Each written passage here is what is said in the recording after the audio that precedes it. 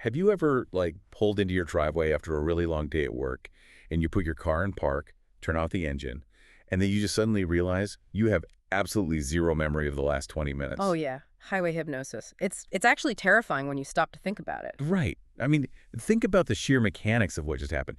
You were literally operating a 2-ton machine of metal and glass at, what, 60 miles an hour? Yeah, and you're, navigating four-way stops, reacting to brake lights. Exactly. You successfully avoided pedestrians, you merged across 2 lanes of traffic, and biologically, neurologically, you were functioning perfectly. But the terrifying question we're starting this deep dive with today is like, were you actually conscious? Yeah, were you there? Or was the car essentially driving you?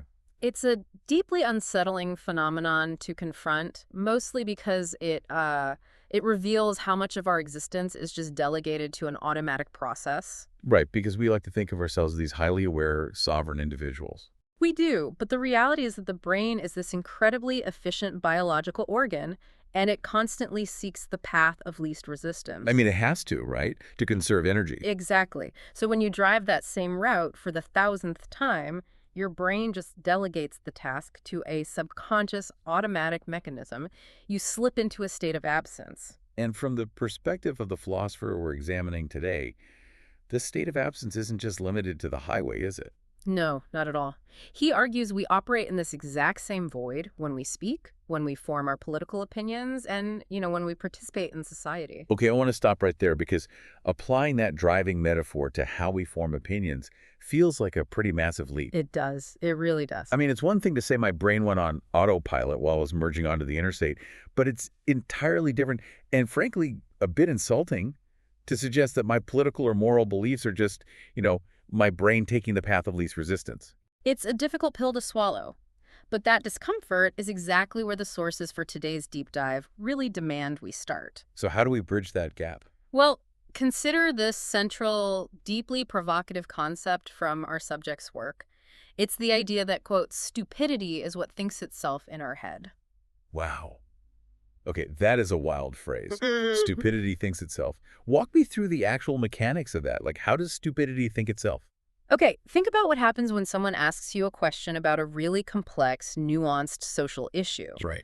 And you immediately reply with this talking point you heard on a podcast or, read on a social media feed. Like an automatic reflex. Exactly. You didn't wrestle with the data. You didn't experience the friction of opposing viewpoints. Wow. The phrase just fired across your synapses because it was already loaded there by your environment. I see. So in that moment, I'm not really the author of my thought. You're not. The thought is essentially an environmental reflex. It's happening to you much like digestion happens to you.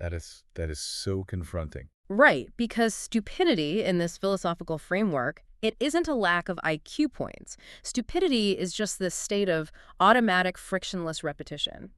So true intelligence or true thought isn't just a given. No, it's a rare event. It requires an individual to forcibly wake up and actually author their own mind. Okay, so the premise of this entire deep dive is basically a challenge to you, listener. Do you actually think? Or do thoughts just sort of pass through you while you're asleep at the wheel? That is the core question, yeah. And to answer that, we're exploring the life, the mind, and the surviving lectures of a man named Merab Mamardashvili. The Georgian Socrates. Yes, the Georgian Socrates, which is such a cool title.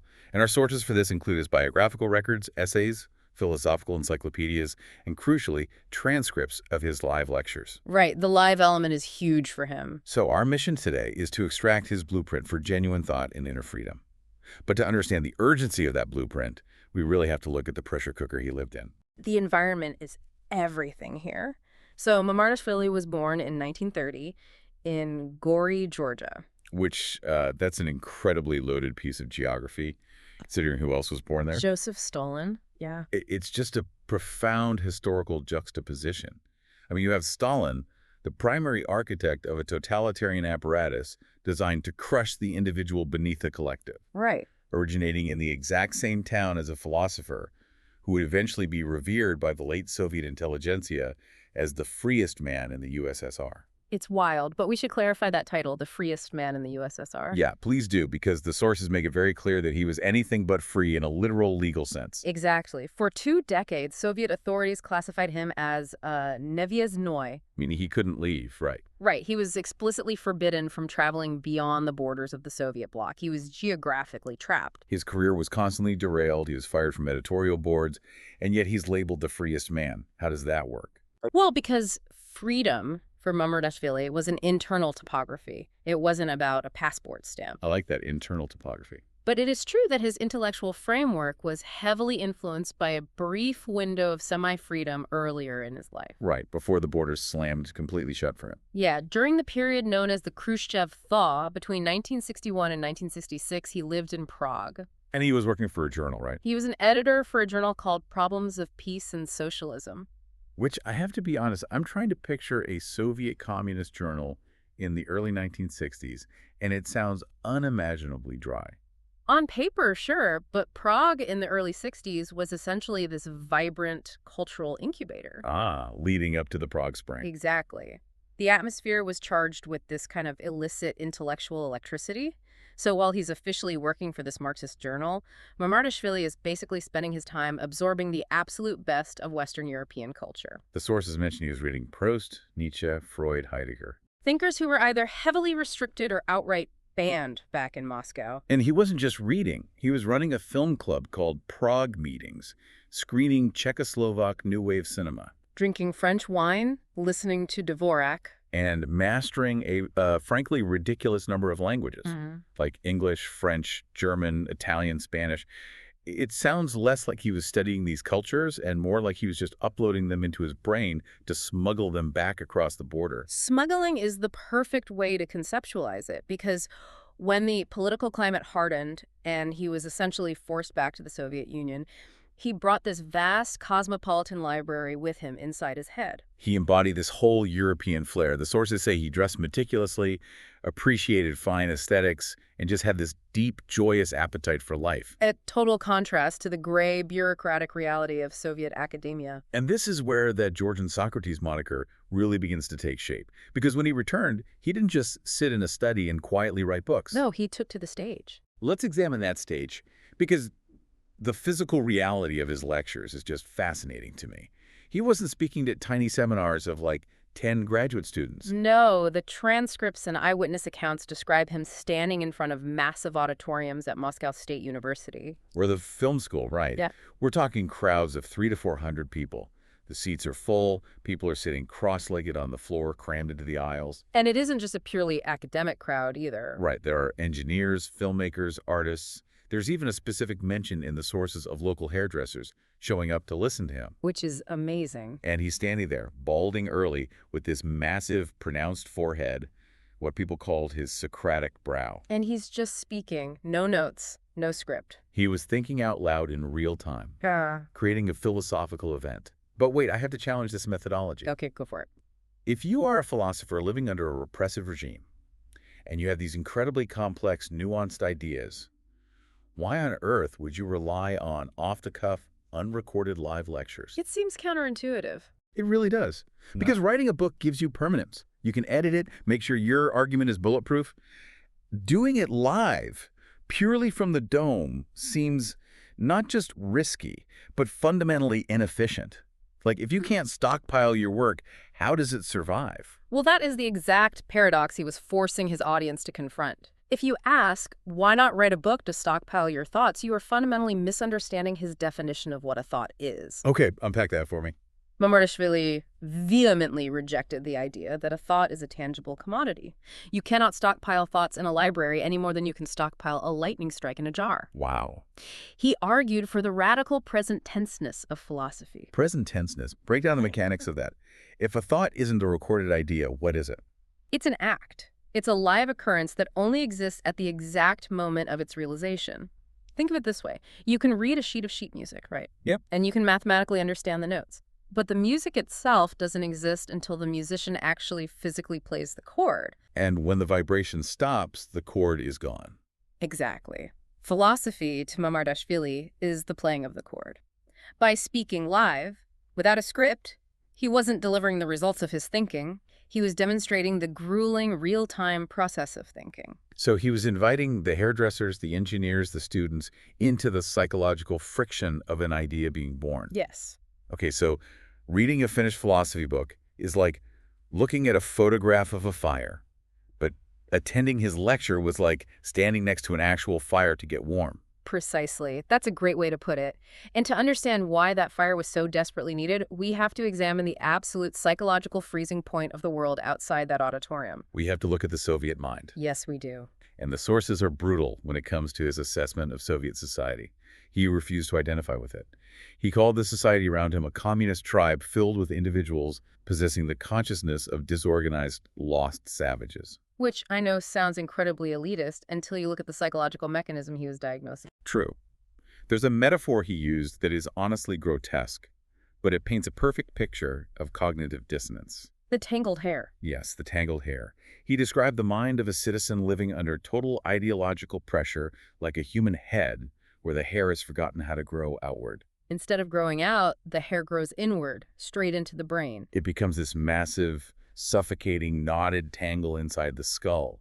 Because the environment is so oppressive and contradictory, one part of a thought can never navigate through the tangle to connect with another part and form a complete, coherent idea. The thought is trapped. It's growing into itself, causing immense internal pressure, but never resulting in clarity. And that inward growth is the direct mechanical result of what he called colonized language, right? Exactly. In a totalitarian state, the state doesn't just control the physical borders. It colonizes the very vocabulary people use to construct their reality. But wait, the sources note that by the 1970s and 80s, the era of late Soviet stagnation, nobody actually believed the propaganda anymore. Right. The utopian dream was a recognized failure. Everyone knew the government was lying.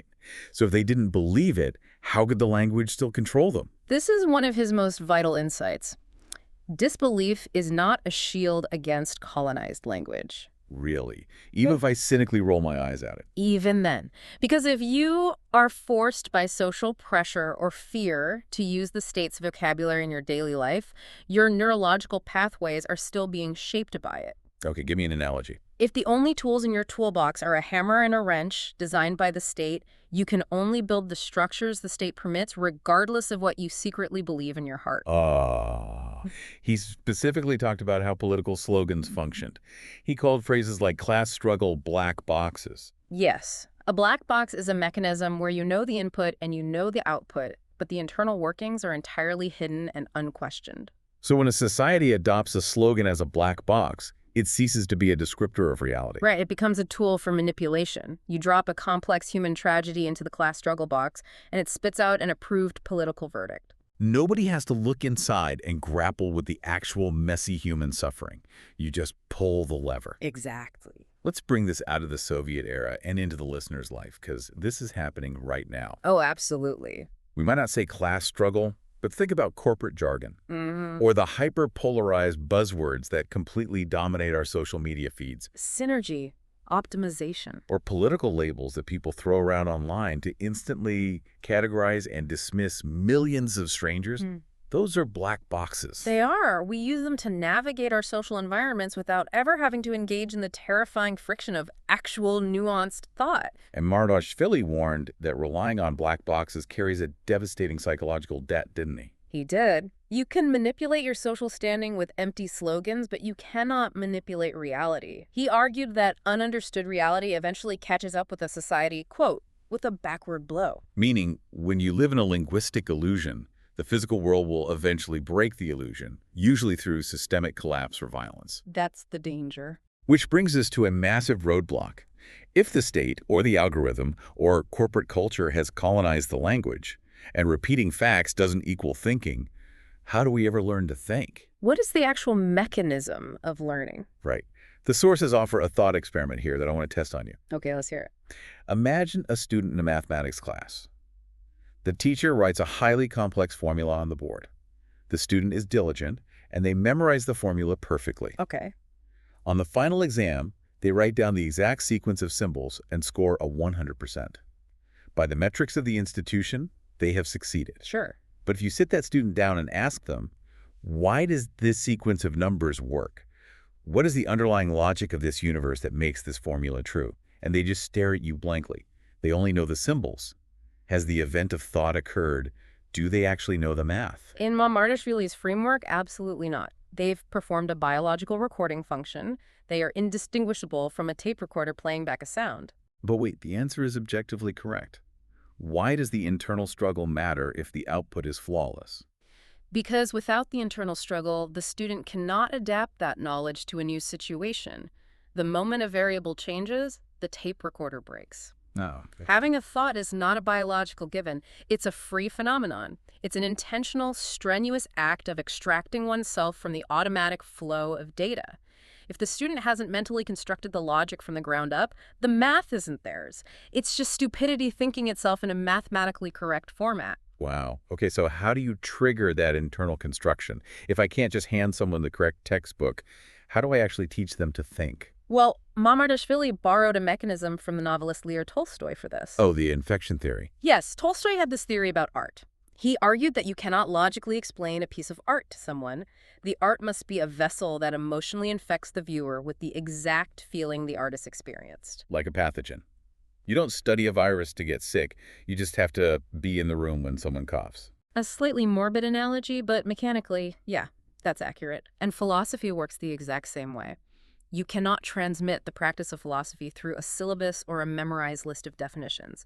You have to catch it. And you catch it by being in the direct, unmediated presence of a thinker who is actively philosophizing. Right. Watching another human being tear down their own assumptions, struggle with a concept, and finally achieve a moment of clarity, it induces a sympathetic resonance in the observer. It sets your own mind in motion. Exactly. It's a practice, a form of spiritual effort that must be continually regenerated. Which goes right back to that fleeting musical chord. If thinking is this temporary, strenuous event, what is the entity actually doing the thinking? Now we're getting to the hard stuff. Yeah, when we say I think, what is the I? This pushes us into the absolute deep end of his work, his theory of consciousness. And this is where his work gets simultaneously frustrating and just brilliant. Tell me about the interview. Right, so when Mamardashvili was asked in a 1989 interview to define consciousness, he didn't offer a dense academic definition. He just looked at the interviewer and said, I don't know. 3 times. I don't know. I don't know. I don't know. I have to admit, if I'm listening to a renowned philosopher of consciousness, and his answer to what is consciousness is, I have no idea, I'm kind of asking for my money back. It sounds like a cop-out. It really does. But it sounds like a cop-out until you understand why he's saying it. He isn't claiming ignorance. He's identifying a structural impossibility. He viewed consciousness as a permanent enigma, an unsolvable paradox. Okay, explain the paradox. Why is it unsolvable? Think about how science works. To study an object, you must place it under a microscope. You, the observer, are separate from the object. But how do you study consciousness? You have to use your consciousness to observe your consciousness. Exactly. It's like trying to look directly at the lenses of the glasses you are currently wearing. You can't focus on the lens because you're using the lens to focus. It just creates an infinite loop. That's a perfect analogy. The philosophical term for this is a solipsistic structure. The observer and the observed are the same mechanism. He described consciousness as a black box where you can never, ever look inside without breaking the machine. He had a brilliant phrase for this, didn't he? He did. He said, consciousness is paradoxicalness impossible to get used to. Paradoxicalness impossible to get used to. Okay, so if we can't crack open the black box to see how the gears work, do we just give up? Does he just throw his hands in the air? No, we cannot see the internal gears, but we can map the space that consciousness creates. Mamardashvili suggested we approach consciousness not as a biological organ, but as a topology. Hold on. Topology is a mathematical term. It deals with the properties of space that are preserved under continuous deformations, stretching, twisting. You're applying a geometry term to the human soul. Break that down for me without the jargon. Fair enough. Imagine you have 2 separate islands. Biology dictates that these islands are isolated, but suddenly a magnetic field generates between them, allowing signals to pass back and forth. Okay, I'm picturing it. That field isn't made of dirt or water, but it is a real place where interaction occurs. Mamardashvili argued that consciousness is that topological field. It's a cosmological constant, an actual dimension that connects human thinkers. So nature gives us our biology, our hunger, our pain receptors, our DNA. Right. But biology does not give us our capacity for moral courage or individuality or our ability to grasp the infinite. The space where biology ends and humanity begins is the topology of consciousness. And how do we navigate this invisible space? Through philosophy, philosophy is, in his words, consciousness aloud. Consciousness speaking its own name to recognize itself in the dark. Oh. That is beautiful. But navigating that dark space requires a map. Mamardashvili didn't try to draw that map alone. No, he didn't. The sources show he relied heavily on 3 historical figures to build this architecture of the mind. And the way he used them isn't like a textbook history of philosophy. He used them as survival tools. Let's look at the first tool, René Descartes. The 17th century French philosopher, most people know him for exactly one phrase. Cogito ergo sum. I think, therefore I am. Right. The guy who sat in a stove-heated room, doubted that the world was real, and realized that the only thing he could prove was that he was thinking. It's Philosophy 101. Why is Mamardashvili bringing him into the Soviet Union? Because Mamardashvili read Descartes not as a dry epistemologist, but as a man fighting for his life against the collective. He focused on what he called the locking in of the I. The locking in of the I. Walk me through that. In Descartes' time, truth was dictated by the authority of the church and the state. You didn't discover truth, you obeyed it. Right. Descartes did something incredibly dangerous. He rejected all external authority and decided that the only way to verify reality was through his own solitary individual mind. Okay, now transpose that into the Soviet Union in the 1970s. Exactly. You have a society where the collective we is absolute. The party dictates history, science, and morality. To stand up and assert the absolute, unshakable primacy of the individual I, to say I will only accept what I have personally verified through the friction of my own thought, is a radical act of rebellion. Descartes gave Mamardashvili the foundation of individual autonomy. Yes, he did. Okay, I track that. Mm. Descartes builds the fortress of the I to keep the totalitarian we out. But a fortress can become a prison. If I only rely on my own mind, I'm completely isolated. Where does the connection to something greater come in? This is where he brings in tool number 2, Immanuel Kant. And this is where the tone of his lecture shifted entirely, right? The transcripts show that Mamardashvili spoke about Kant with a bizarre, almost startling intimacy. He did. He didn't describe Kant as an abstract historical figure. He described Kant's physical appearance to his audience in Tbilisi. He talked about how Kant was an incredibly polite man who struggled deeply with self-doubt. He even spent time describing Kant's eyes, how they were a slightly watery, ethereal blue that seemed to bulge slightly, making him look like he was staring into another dimension. Which is an incredible detail to focus on because the sources point out that Mamardashvili himself possessed very prominent, bulging blue eyes. He was literally seeing himself in his philosophical hero. Yeah, but beyond the physical resemblance, what mechanism is he taking from Kant? He's taking the mechanism of the transcendental. Stop right there. Transcendental is one of those academic words that makes people instantly tune out. It really is. Mechanize it for me. What does it actually mean in this context? Okay, let's strip away the jargon. Think of a human being. On one hand, you are a physical object. You take up space. You have mass. You are subject to gravity and time. You will age and die. Right, biological reality. But on the other hand, inside that physical object, you contain the capacity to understand abstract, eternal concepts like justice, infinity, and unconditional love. Things that don't exist in the physical world. You cannot put justice in a test tube. Exactly. So the human being is a bridge between the physical dirt we walk on and the eternal concepts we think about. Mamardashvili had a phrase for this impossible bridge. He called the human being a walking example of the thing in itself. Meaning we are fundamental mysteries. We are physical creatures housing metaphysical realities. And that tension, being stuck in a decaying body while grasping at eternal truths, is what makes human life so agonizing and so beautiful. So Descartes gives us the individual I. Kant gives us the transcendental bridge to the infinite. But we need a practical guide on how to actually walk across that bridge. We need a manual for waking up. And the third guide he chooses isn't a philosopher at all, it's a novelist. Marcel Proust. This is perhaps Mamardashvili's crowning achievement as a lecturer. In 1984, he delivered 36 massive lectures in Tbilisi focused entirely on Proust's colossal novel, In Search of Lost Time. And he wasn't doing literary criticism. No, he was translating the French text into Georgian and Russian live, using Proust's characters as psychological case studies. I am struggling to understand the jump here. We're dealing with the suppression of human consciousness in a totalitarian state. And his solution is to spend almost a year analyzing a deeply dense, aristocratic French novel about a guy dipping a Madeleine cookie into tea and remembering his childhood. Right, how does Proust solve the problem of the Soviet mind? Yeah, exactly. Because Proust is the ultimate cartographer of human habit. In Search of Lost Time is fundamentally a forensic investigation into how our brains fall asleep. How so? Proust's characters are constantly trapped by their own assumptions, their social conditioning, and their biological drives. Think about Swann's jealousy in the novel. He's trapped in an obsessive, automatic loop of suspicion that has nothing to do with reality. Mamardashvili looked at these characters and said, "This is us. We are entirely blinded by our automatic habits." And Proust's moments of involuntary memory, like the famous cookie, are the moments when the automation breaks down. Yes. When the character suddenly tastes the cookie, the habitual, robotic perception of the present shatters, and they are thrust into a moment of pure, agonizing clarity. They see reality as it actually is, not as their habit wants it to be. So Mamardashvili used Proust to prove that consciousness is not a baseline state. Consciousness is an extraction. You have to violently extract yourself from the biological and social habits that are constantly trying to put you back to sleep. Which perfectly transitions us to the absolute core of this philosophy application.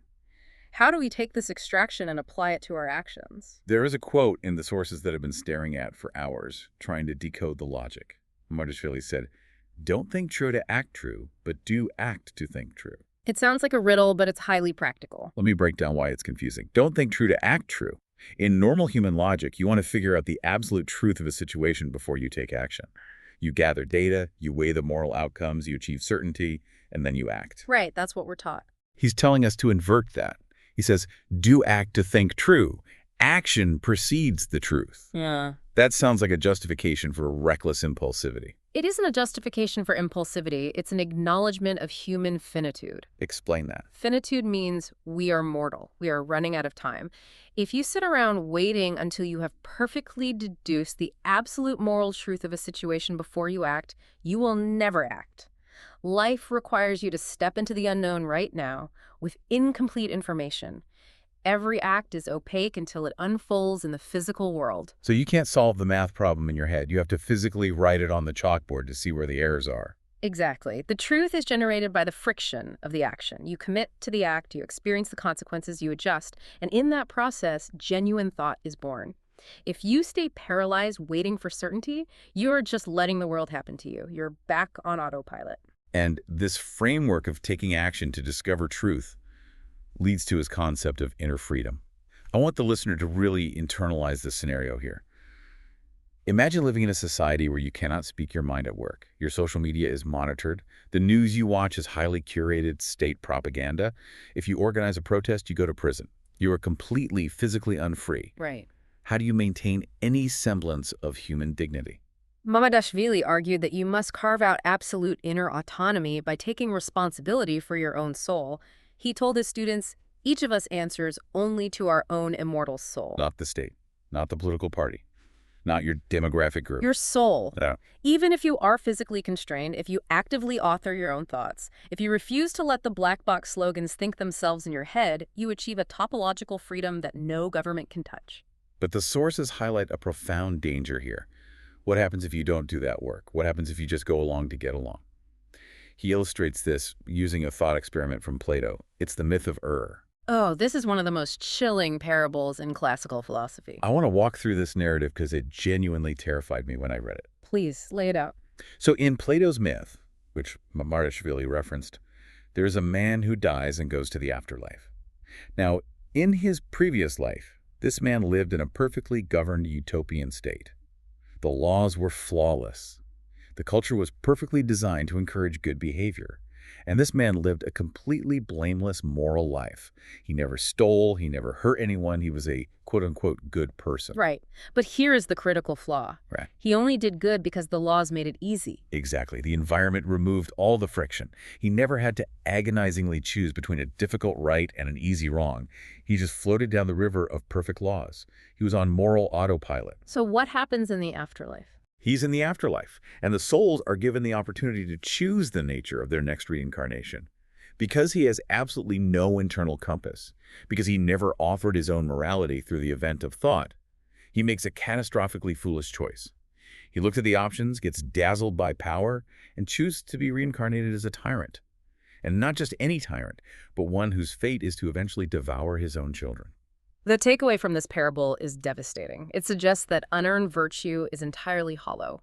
If you are only a good person because your society currently rewards those specific behaviors, or because it's the path of least social resistance, you do not actually possess goodness. You are an empty vessel. And Mamardashvili is warning us that when the environment changes, when the perfect utopian laws collapse or the political winds shift, that hollow vessel will be filled by whatever new ideology takes power. The polite, compliant citizen becomes the monster simply because they never learned how to steer their own ship. Which is why this entire discussion transcends the historical context of the Soviet Union. We're talking about the fundamental mechanics of civil society today. Mamardashvili had a term for society that abandons this internal work. He called it nelyubov. Lovelessness. Yes, but he didn't mean a lack of romance. Nelyubov is a state of deep alienation. It's when an individual becomes completely alienated from their own capacity to think. When a society is infected with nelyubov, people stop viewing themselves as responsible agents and start viewing themselves as victims of the system or mere nodes in a political tribe. This leads directly to social barbarism. Because if I am not a conscious, responsible individual, then neither are you. You are just an obstacle. Exactly. And this leads to Mamardashvili's breathtaking definition of culture. He defined culture as reasonable and sensible behavior in front of strangers. I need to chew on that. Right. Reasonable and sensible behavior in front of strangers. On the surface, that sounds like a definition of basic etiquette, like holding the door open for someone. Why is this so profound? Think about the biological baseline. The biological tribal instinct is to view the stranger as a threat. The stranger is an outsider competing for resources. To behave reasonable in front of a stranger requires you to forcefully suppress your tribal biology. You have to recognize the stranger as an autonomous consciousness possessing the same inner depth that you have. So, civil society is not built by laws. It's built by millions of individuals making the daily, strenuous effort to overcome their own tribal autopilot. Without independent thought, civil society collapses into a mob. And this puts the problem of mass media and modern propaganda into stark relief. If culture depends on us recognizing each other's consciousness, but our media environment is designed to feed us black box slogans that categorize strangers as enemies, our environment is actively trying to induce nelyubov. Mass media operates by manufacturing desire and colonizing language. The algorithm feeds you outrage because outrage is predictable, automatic, and highly profitable. It's the tangled hair digitized. So how does a person trapped in that digital ecosystem begin to have a genuine thought? Mamardashvili's answer is uncompromising. It begins with absolute personal responsibility. You must stop waiting for the system to fix itself. You must stop blaming the algorithm, the politicians, or the culture for your internal state. You must accept that your consciousness is your own responsibility, and you must do the excruciating work of untangling the hair word by word, action by action. Let's test this extraction process with one more thought experiment from the sources. We talked about Proust, but Mamardashvili also lectured on the Russian writer Anton Chekhov to explore the boundaries of the mind, specifically a short story called The Black Monk. Yes. This is a story about the agonizing paradox of the human condition. In Chekhov's story, the main character is a man named Kovrin. Kovrin begins suffering from intense visual and auditory hallucinations. He sees a spectral figure, the Black Monk, who visits him. From a purely medical standpoint, Kovrin is experiencing a psychotic break. He is. But the subjective experience of the hallucination is profound. While speaking to the monk, Kovrin feels a sense of absolute genius. He feels connected to eternal truths, elevated above the mundane reality of his physical life. His consciousness feels infinitely expanded. But eventually, his family intervenes. They cannot tolerate his madness. They force him to undergo medical treatment. And the treatment works. He's cured.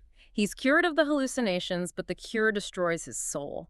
By returning him to a baseline state of biological normalcy, he is reduced to a state of dull, unbearable mediocrity. He realizes he's completely ordinary. The joy of existence is stripped from him. The story ends with him physically dying, coughing up blood, but in his final moments, he calls out to the monk again. I have to ask, is Mamardashvili romanticizing mental illness here?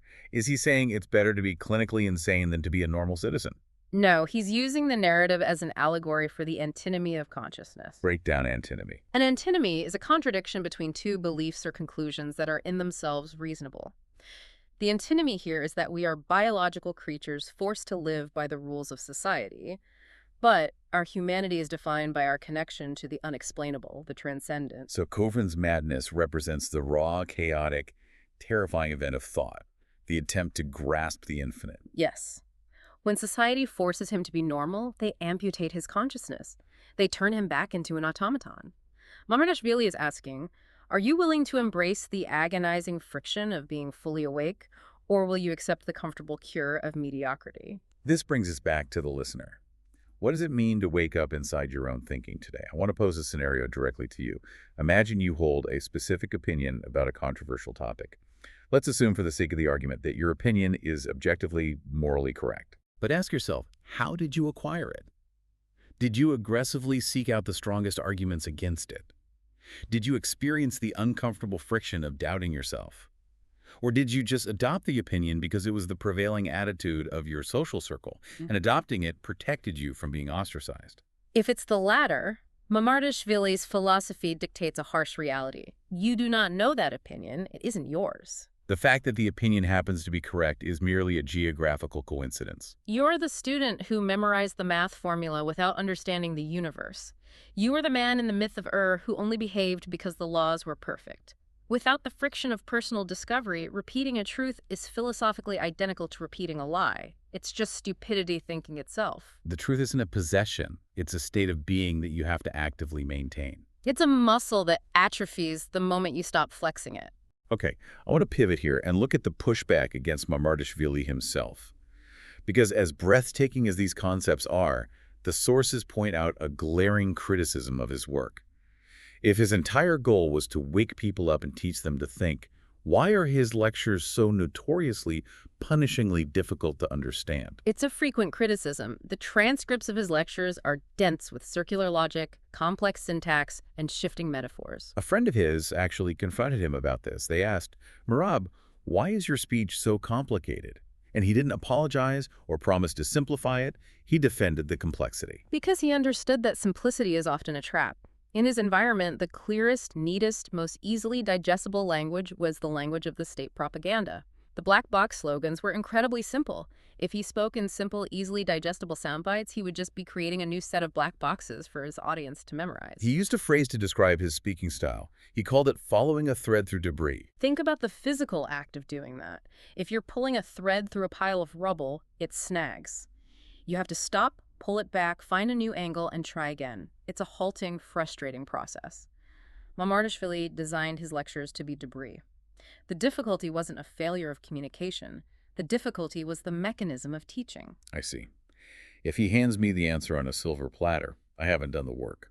But if he forces me to navigate his circular logic, I have to mentally reconstruct his argument inside my own head. He's forcing you to experience the event of thought in order to understand him. You have to work for it, or it remains locked away. Which perfectly explains why he is relatively unknown in the English-speaking world. His genius resists translation. Completely. Translators struggle immensely with his work because his brilliance was tied to the oral, spontaneous moment. He was relying on the specific intonations of his voice, the energy of the crowd in Tbilisi or Moscow, and the untranslatable nuances of Russian and Georgian syntax. He wasn't building a neat philosophical system to be printed in Western textbooks. He was modeling a survival tactic. So as we pull out of the sources, what is the ultimate architecture of that survival tactic? What is the core blueprint of the Georgian Socrates? The blueprint is the realization that to be a human being is not a biological default. It's a continuous, grueling rebellion against the autopilot of existence. Thinking is an act of defiance. It's the refusal to let your environment colonize your internal topology. And it's a battle that you must wake up and fight every single day because it can never be permanently won. You cannot stockpile your victories. No, yesterday's thought will not save you today. Which leaves us with a final, unavoidable question for you, the listener. We've spent this time mapping the mechanics of the mind. But philosophy, as we established, isn't a spectator sport. It's an act. So when this audio stops playing, who are you going to be? The moment the headphones come off, the environmental pressure returns. The algorithms will try to feed you anger. The culture will hand you slogans. Will you accept the comfort of the black box? Will you step back into the flow of automatic life? Or will you embrace the friction, take responsibility for your own immortal soul, and actually truly think your next thought? The next time you find yourself driving home, try to stay awake long enough to remember the journey. Thanks for joining us on this deep dive.